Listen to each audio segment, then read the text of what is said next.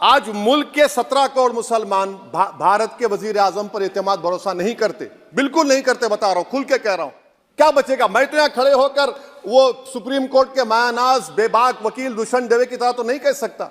मुझे आज भी रूल ऑफ लॉ में भरोसा है। एक तारीखी दिन 22 जनवरी था, एक तारीखी दिन 31 जनवरी था। सर, रात के अंधेरे में अपील किए बगैर आप आरे लेकर रास्ता खोल देते हैं।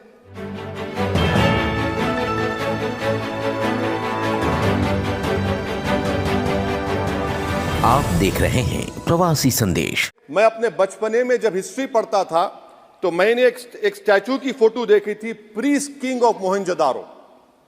ऐसा लगता है कि वैसा ही लग रहा है कि प्रधानमंत्री नहीं है बल्कि पुजारी सम्राट बन चुके हैं वो। और मैं क्यों कह रहा हूं कि हमारे सदर जमहूरिया ने कहा था कि 22 जनवरी एक तारीखी दिन है, बिल्कुल तारीखी दिन है। 22 जनवरी की बुनियाद 6 दिसंबर 92 को रखी गई। 22 जनवरी की बुनियाद 86 में ताले खोलकर रखी गई। 22 जनवरी की बुनियाद जीबी पंत ने रखी थी, इसीलिए तारीखी दिन है। और तारीखी दिन इसलिए भी है कि सर, इसी ऐवान में 16 दिसंबर 1992 को हमने एक रेजोल्यूशन पास किया था। आप बताइए कि आज इस मुल्क में चाहे कोई सेकुलर पार्टी का हो या जो भी हो, वाले सब सेकुलर है, बुरा मैं हूं, किसी में हिम्मत नहीं है कि 6 दिसंबर की बात की जाए। और वो तारीखी दिन इसलिए भी है सर, इंसाफ करने वालों में एक एनसीएलटी के चेयरमैन, एक गवर्नर और एक नामजद शुदा रुकने पार्लियामेंट बैठे हुए थे। अब आप बताइए मेरे पास बचा क्या है? बचा यह है कि आर्टिकल 32 बचा है जिसको बाबा साहब अम्बेडकर ने दिया।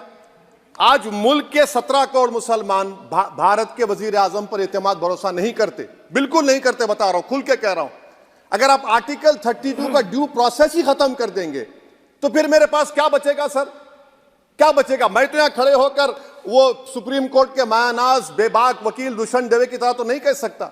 मुझे आज भी रूल ऑफ लॉ में भरोसा है, मुझे आज भी कानून पर, संविधान पर भरोसा है, मगर ड्यू प्रोसेस तो फॉलो होना चाहिए। ड्यू प्रोसेस फॉलो नहीं हो रहा। एक तारीखी दिन 22 जनवरी था, एक तारीखी दिन 31 जनवरी था। सर, रात के अंधेरे में अपील किए बगैर आप आरे लेकर रास्ता खोल देते हैं।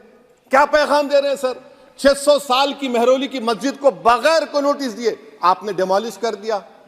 मैं जिम्मेदारी के साथ कह रहा हूं कि भारत के प्रधानमंत्री और उनकी सरकार भारत के मुसलमानों से उनकी शनाख्त को छीनना चाहते हैं।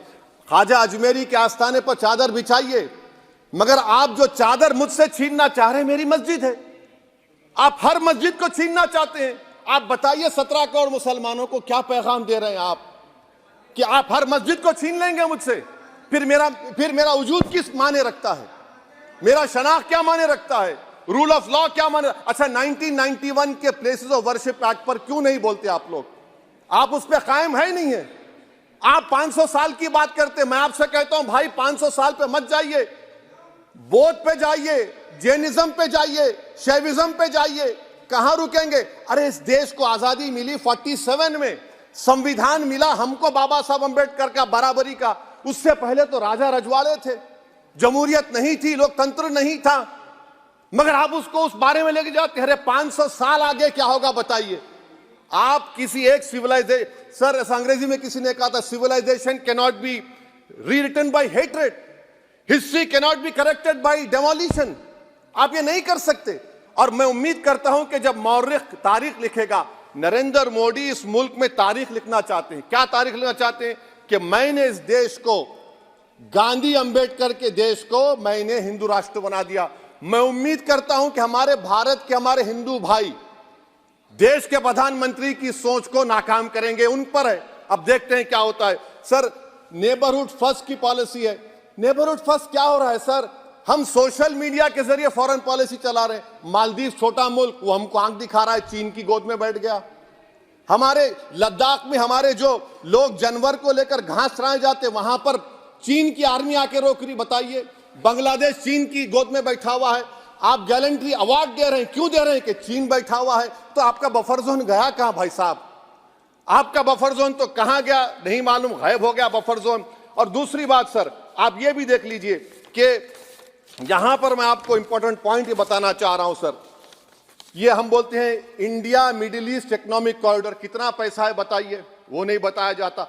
अच्छा सर, सबसे तकलीफ दे बात मेरे लिए है कि भारत ने यूनेस्को का इलेक्शन पाकिस्तान से हार गया। हम पाकिस्तान से हार गए। ये आपकी फॉरेन पॉलिसी है। यूनेस्को के इलेक्शन में पाकिस्तान से हार गए। अच्छा, मामला इजराइल का, फलस्तीन का, गाजा का आया। अक्टूबर में 10,000 लोग मर गए, हमने यूएन में सीज फायर की तायीद नहीं की। दिसंबर आया, 20,000 मर गए, तो हमने तायीद कर दी। क्यों तायीद की? क्योंकि ग्लोबल साउथ को हमको फॉलो करना पड़ रहा है। भारत ग्लोबल साउथ को फॉलो कर रहा है। मेरे लिए तकलीफ दे बात है। यह आपकी नाकामी का बहुत बड़ा सबूत है। इसीलिए हम बता रहे हैं कि यह सरकार की बहुत से नाकाम। सर, अलीगढ़ मुस्लिम यूनिवर्सिटी, आखिरी पॉइंट, अलीगढ़ मुस्लिम यूनिवर्सिटी। सर, आप उत्तर प्रदेश से आते हैं। सर, 81 में एक्ट पास हुआ।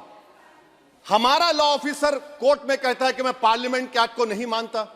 कैसे नहीं मानते सर? क्या नरेंद्र मोदी ने पार्लियामेंट को नॉमिनेट किया या पार्लियामेंट ने नरेंद्र मोदी को प्रधानमंत्री बनाया? बताइए।